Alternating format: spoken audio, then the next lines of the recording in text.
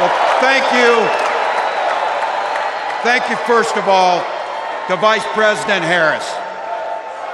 Thanks for putting your trust in me and for inviting me to be part of this incredible campaign. And a thank you to President Joe Biden for 4 years of strong, historic leadership.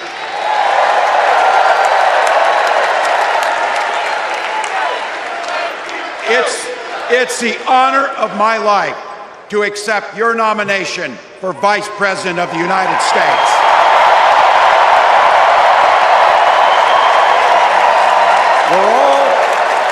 We're all here tonight for one beautiful, simple reason. We love this country. So thank you to all of you here in Chicago and all of you watching at home tonight. Thank you for your passion. Thank you for your determination. And most of all, thank you for bringing the joy to this fight.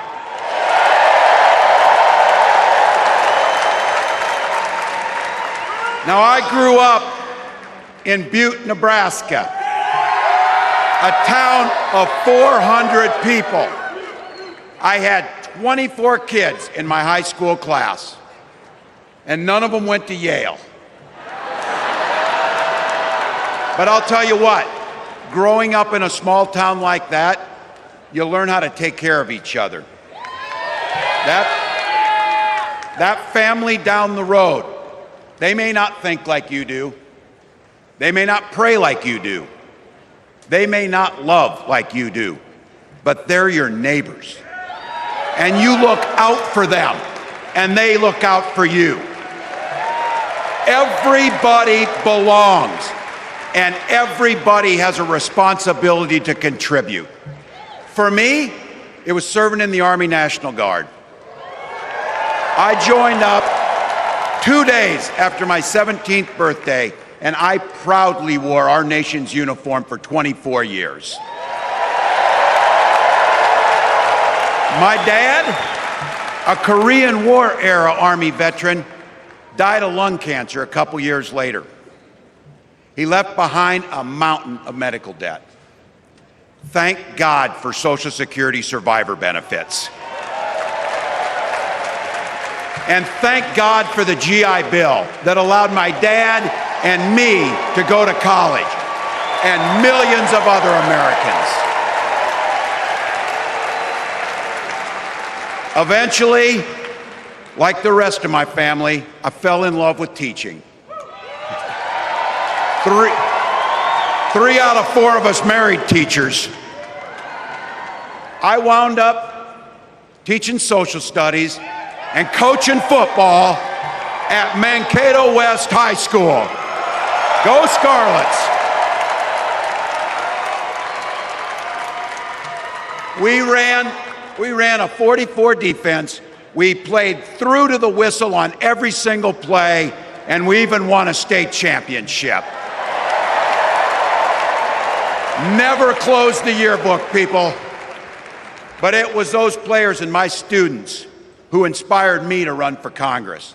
They saw in me what I had hoped to instill in them, a commitment to the common good, an understanding that we're all in this together, and the belief that a single person can make a real difference for their neighbors. So there I was, a 40-something high school teacher with little kids, 0 political experience, and no money, running in a deep red district. But you know what? Never underestimate a public school teacher. Never.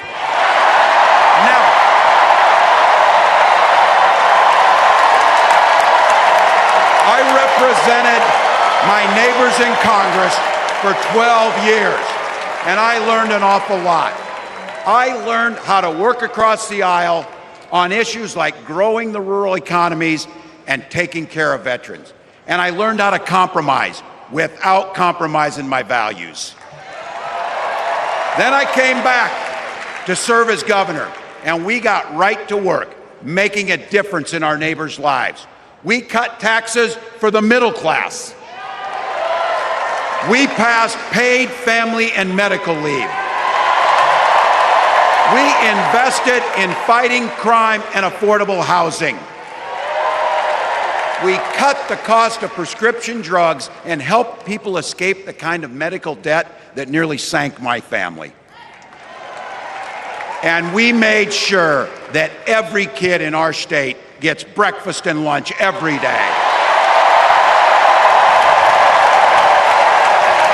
So while other states were banning books from their schools, we were banishing hunger from ours.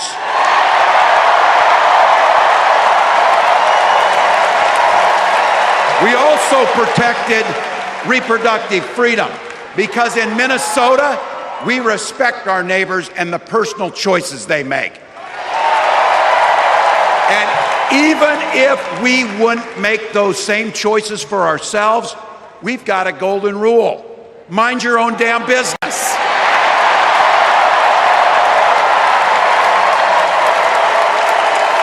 And that includes IVF and fertility treatments. And this is personal for Gwen and I. If you've never experienced the hell that is infertility, I guarantee you, you know somebody who has.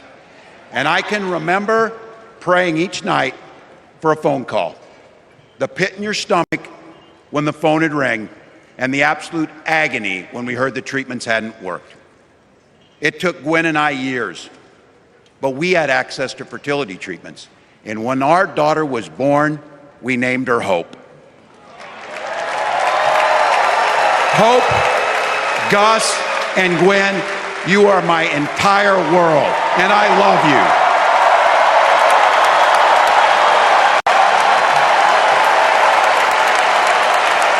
I'm letting you in on how we started a family because this is a big part about what this election is about. Freedom.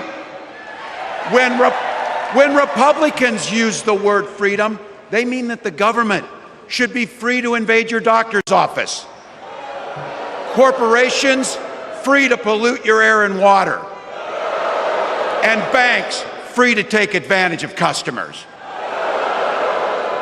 But when we Democrats talk about freedom, we mean the freedom to make a better life for yourself and the people that you love. Freedom to make your own health care decisions. And yeah, your kids' freedom to go to school without worrying about being shot dead in the hall. Look, I know guns. I'm a veteran. I'm a hunter. And I was a better shot than most Republicans in Congress, and I got the trophies to prove it. But I'm also a dad. I believe in the Second Amendment, but I also believe our first responsibility is to keep our kids safe.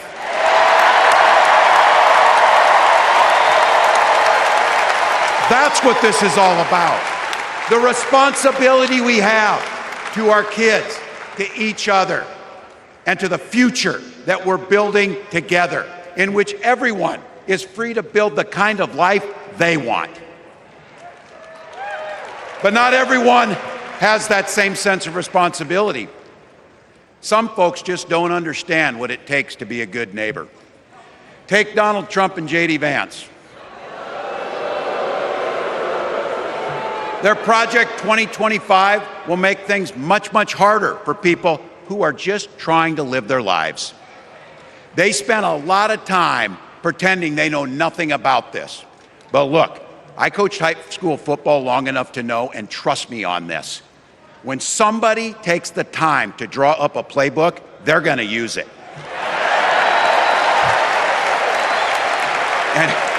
And we know if these guys get back in the White House, they'll start jacking up the costs on the middle class, they'll repeal the Affordable Care Act, they'll gut Social Security and Medicare,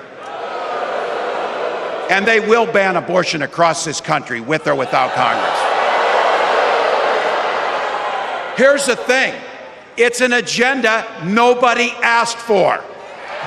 It's an agenda that serves nobody except the richest and the most extreme amongst us. And it's an agenda that does nothing for our neighbors in need. Is it weird? Absolutely. Absolutely. But it's also wrong. And it's dangerous. It's not just me saying so. It's Trump's own people. They were with him for 4 years. They're warning us that the next 4 years will be much, much worse. You know, when I was teaching every year, we'd elect a student body president. And you know what? Those teenagers could teach Donald Trump a hell of a lot about what a leader is.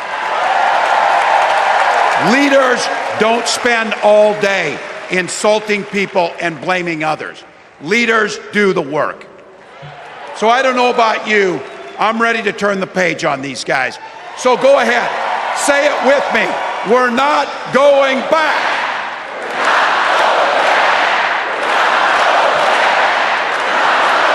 We've got something better to offer the American people. It starts with our candidate, Kamala Harris. From her first day as a prosecutor, as a district attorney, as an attorney general, as a United States senator, and then our vice president, she's fought on the side of the American people. She's taken on the predators and fraudsters. She's taken down the transnational gangs, and she stood up to powerful corporate interests. She has never hesitated to reach across that aisle if it meant improving your lives. And she's always done it with energy, with passion, and with joy. Folks, we've got a chance to make Kamala Harris the next president of the United States.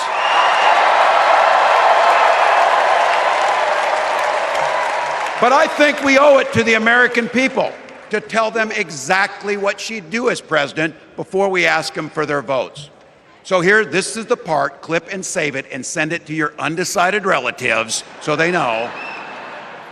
If you're a middle-class family or a family trying to get into the middle class, Kamala Harris is going to cut your taxes. If you're getting squeezed by prescription drug prices, Kamala Harris is going to take on Big Pharma. If you're hoping to buy a home, Kamala Harris is going to help make it more affordable. And no matter who you are, Kamala Harris is going to stand up and fight for your freedom to live the life that you want to lead. Because that's what we want for ourselves, and it's what we want for our neighbors. You know, you might not know it, but I haven't given a lot of big speeches like this. But I have given a lot of pep talks. So let me finish with this, team. It's the fourth quarter.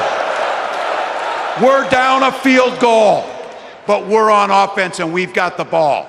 We're driving down the field. And boy, do we have the right team. Kamala Harris is tough. Kamala Harris is experienced, and Kamala Harris is ready. Our job for everyone watching is to get in the trenches and do the blocking and tackling. 1 inch at a time, 1 yard at a time, 1 phone call at a time, 1 door knock at a time, 1 $5 donation at a time. Look, we got 76 days. That's nothing. There'll be time to sleep when you're dead. We're going to leave it on the field. That's how we'll keep moving forward. That's how we'll turn the page on Donald Trump. That's how we'll build a country where workers come first. Healthcare and housing are human rights. And the government stays the hell out of your bedroom.